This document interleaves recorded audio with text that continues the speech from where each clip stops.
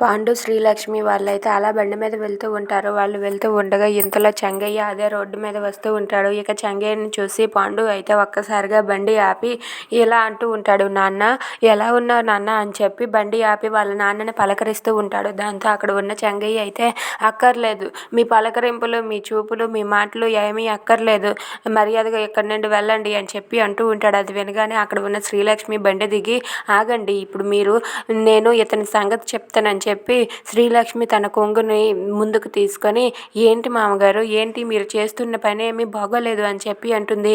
ఏంటమ్మా ఏం మాట్లాడుతున్నావు అని చెప్పి చెంగయ్య అంటాడు. అవును మరి, అందరితోనే గొడవలు పెట్టుకొని అందరినీ విడదీసి మీరు ఒక్కరే ఒంటి కొమ్ము సొంటికాయలా ఉండండి అని చెప్పి అంటుంది. అది వినగానే పాండు అయితే, శ్రీలక్ష్మి ఏం చేస్తున్నావు, నువ్వు ఆగు అని చెప్పి అంటాడు. ఆగండి, మీరు ఇప్పుడు ఆపినా నేను ఆగను, ఎందుకంటే మా గంగాధర్ని ఎందుకు విడదీయాలనుకున్నారు మీరు? ఇప్పుడు వాళ్ళిద్దరిని విడదీసి అతనికి వేరే పెళ్లి చేయాలనుకుంటున్నారా?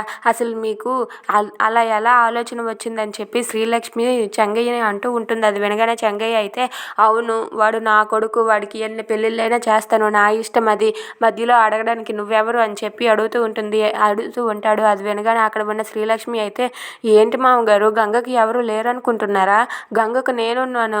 గంగ తన భర్తని తను ఎలా మళ్ళీ దక్కించుకోగలదో నాకు తెలుసు, మీరేం భయపడకండి, నేనున్నాను గంగకి అని చెప్పి అంటుంది. అది వినగానే చెంగయ్య అయితే, నువ్వు గంగకి తోడుగా ఉంటే నాకేమైనా భయం అనుకుంటున్నావా ఏంటా? వాళ్ళిద్దరూ కలిసే ప్రసక్తే లేదు, వాళ్ళిద్దరికీ విడాకులు వచ్చేలా చేస్తాను, వాళ్ళిద్దరికి మధ్య ఉన్న సంబంధాన్ని తెంచుతాను, నా గంగాధర్కి మరొక మంచి సంబంధం చూసి పెళ్లి చేస్తానని చెప్పి చెంగయ్య అంటాడు. అది వినగానే అక్కడ ఉన్న శ్రీలక్ష్మి అయితే, అలా జరగడానికి వీల్లేదు, నేను ఒప్పుకోనని చెప్పి శ్రీలక్ష్మి అంటూ ఉంటుంది. Please subscribe.